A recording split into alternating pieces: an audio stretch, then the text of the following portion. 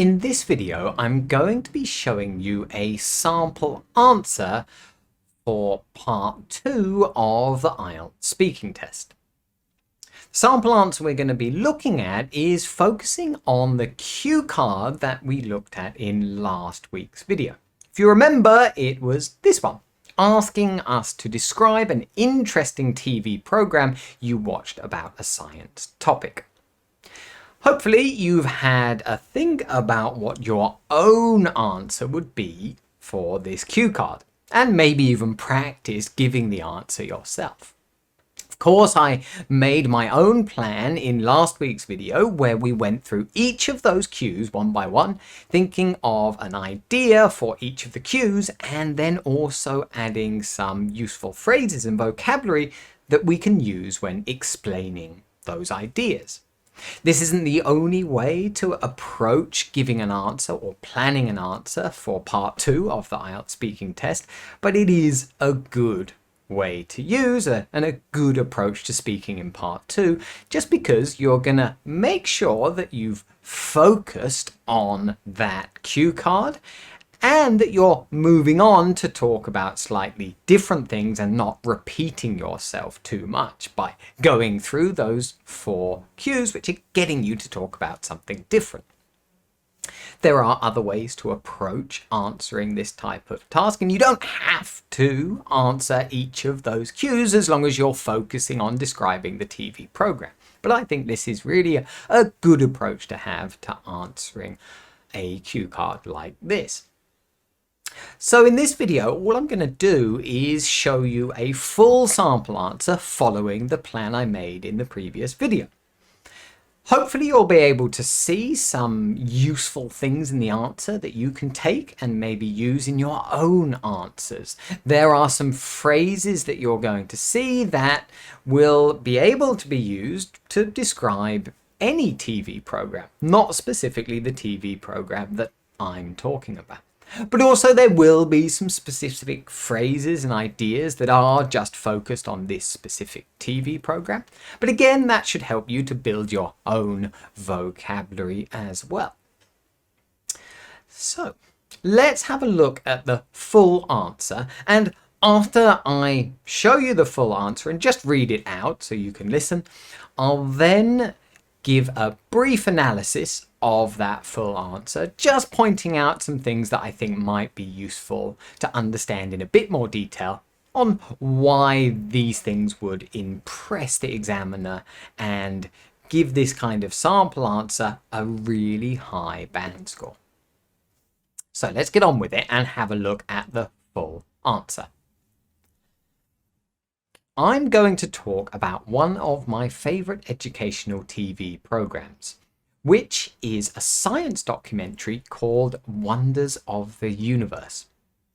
There were just 4 episodes in the series, and each one featured dramatic parts of the globe to explain the fundamental principles that govern the universe. The series was hosted by a well-known physicist, Brian Cox, who showed how the story of humanity is deeply connected with the story of the origin of the universe, with help from some spectacular footage. I first saw Wonders of the Universe on television when it was broadcast by the BBC several years ago. It was probably shown once a week over a month, but more recently I watched it online. As someone who doesn't know much about cosmology, I found the series fascinating and the images absolutely breathtaking. The passion Brian Cox has for the subject is infectious, and I gradually became more captivated as the series went on. His explanations of time, the birth and death of stars, and gravity were accompanied with vivid cinematography, which made them easy to grasp. What I enjoyed most about the Wonders of the Universe series was its beautiful imagery and thoughtful presentation. It really captured the feeling I had as a child looking up at the stars and it awakened a curiosity in me to know more about astronomy. So there we go. That's the full answer there, going through each of those cues one by one. And hopefully you notice some things there that would have impressed the examiner. And maybe you were even confused by some of the phrases or wording that I was using in that answer. What we'll do now is we'll just go through the answer sentence by sentence, and I'll just explain some of the things that I'm doing that I think would kind of be useful to add maybe to your own answers for this task, and also some things that I think might be a bit confusing too, and I think need a bit of explanation. So if we look at the way I started speaking, you can see here I've actually kind of started to introduce the topic by saying I'm going to talk about. This isn't the only way to begin speaking in part 2 of the IELTS speaking test, but it is quite a good way to introduce what you're going to talk about. Here we're actually using the future simple tense, which for the rest of the task we're not really going to be using. So it gives a nice kind of variety of verb tenses. So it is a nice way to begin there, and something that you could apply to any answer in part 2. Now, of course, you don't have to, but it's a nice one there to know, and really it's good to understand why we're using it. Again, it's to give that variety of verb tenses. Now then, of course, we've introduced what this documentary is called. We split the sentence into 2 parts, and we're actually linking it. In the first part, we've mentioned the TV programs, one of my favorite TV programs, and then we've got the word which to refer to that specific TV program. And then we given the name, which is a science documentary called, and then the name of the show. Again, you could adapt this to your own answers if you wanted. Then we go into a bit more detail in the next sentence about how many episodes there were. Notice here actually how we've moved on to use the past tense to go into more detail. And this is fine to do because, of course, the documentary exists now, but it was shown in the past and I watched it in the past. So it's okay to mix up the present and the past tenses a bit when we're describing this program. So there were just 4 episodes in the series. And then in the next part of the sentence, each one featured dramatic parts of the globe. Well, this is a nice use of the verb feature here, which just really means to show, to feature. And then we explain what it features, of course. We've got a nice adjective there, dramatic, right? Which kind of means impressive parts of the globe, well, the earth. And then to explain fundamental principles that govern the universe. So a bit of like topic related vocabulary there on the topic of this type of documentary, which is on astronomy or cosmology. Then in the final sentence, which is quite long, we've mentioned the person who hosted the TV program. And this was something we made a note of last week when we were thinking of vocabulary to use. The series was hosted by. Now, of course, here we've also used the passive voice, which is quite nice. It's showing some variety with grammar and it's appropriate in this case. And we've described the host as being well known and, of course, a physicist, someone who studies physics. Well known, a synonym of famous. And then we've given a bit more detail on what he did. We've said who showed, or who of course is Brian Cox, how the story of humanity is deeply connected with the story of the origin of the universe, the beginning of the universe. And then we've added the bit of detail at the end with help from some spectacular footage. So there's some nice vocabulary there that connects with TV programs. Spectacular footage. Footage just meaning like video images, and spectacular meaning amazing. And spectacular footage is something that we made a note of in the planning in last week's video. So we've managed to include all of those ideas and vocabulary that we made in our plan. And we've gone into quite a lot of detail there explaining it. After that, we move on to talk about the second cue, which was when you saw the TV program. Of course, there's not quite as much detail here, but you can see in that first sentence, I first saw Wonders of the Universe on television when it was broadcast by. So another use of the passive voice here, but of course we're not talking about the person, we're talking about the TV channel, which was the BBC. It was broadcast by. Again, this was something we made a note of in the last video, but it's a nice verb that we can use in the context of TV programs. Then the phrase several years ago, just to say when it was, and then we just go into a bit more detail.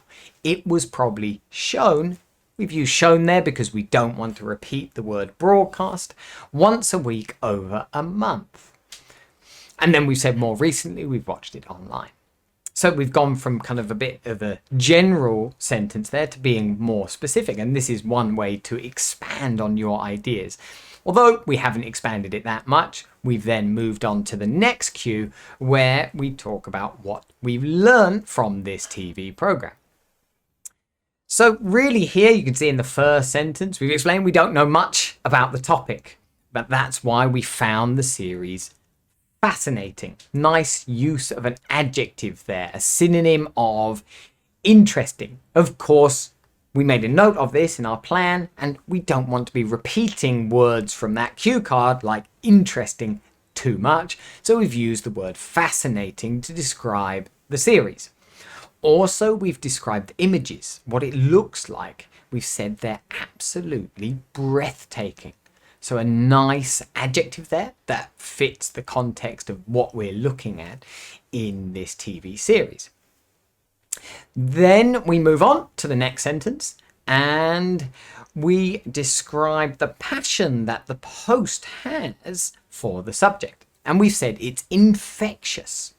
Now, you might have seen this word before in the context of viruses and something negative, but here it's in the context of passion. So it's almost like we can catch their passion, and it makes us passionate about the topic as well because of how passionate they are. So their passion can be infectious. And then also another nice adjective in the second part of that sentence where we said, I gradually became more captivated. So to be captivated, what kind of means to be interested? Right? It means you want to watch that program even more and more as the series goes on. And I said as the series went on.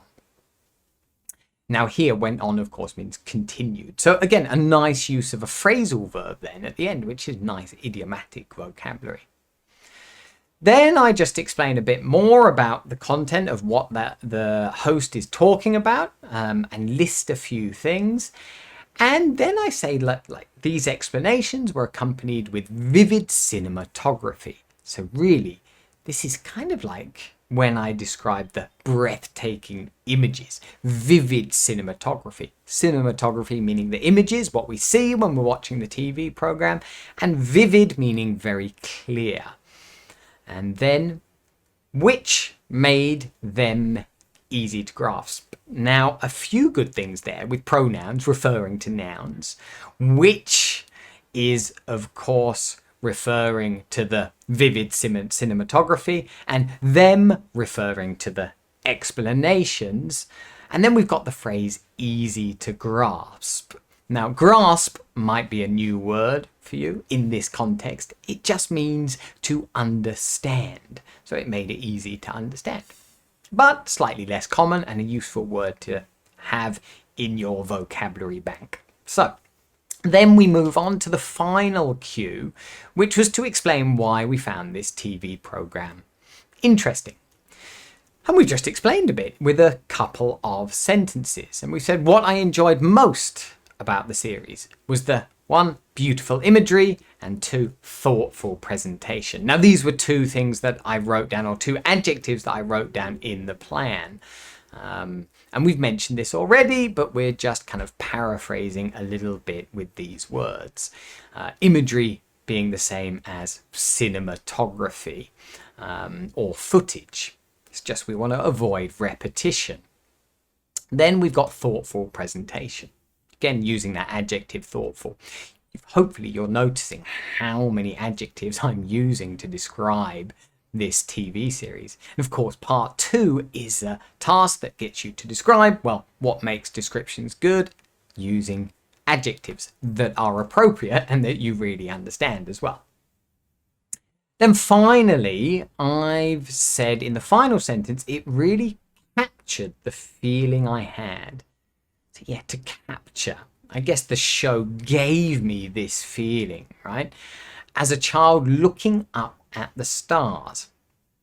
And I'm using the phrase here I used in the plan, awakened a curiosity, right? Well, it made me curious. It made me want to know more.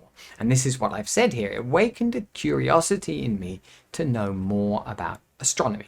Astronomy, the topic of the TV series. So there we go. Hopefully in that answer, there are some useful things that you can take away to help you talk about TV programs in general. And of course, there are some topic related phrases and vocabulary about the topic of science or physics and astronomy and cosmology.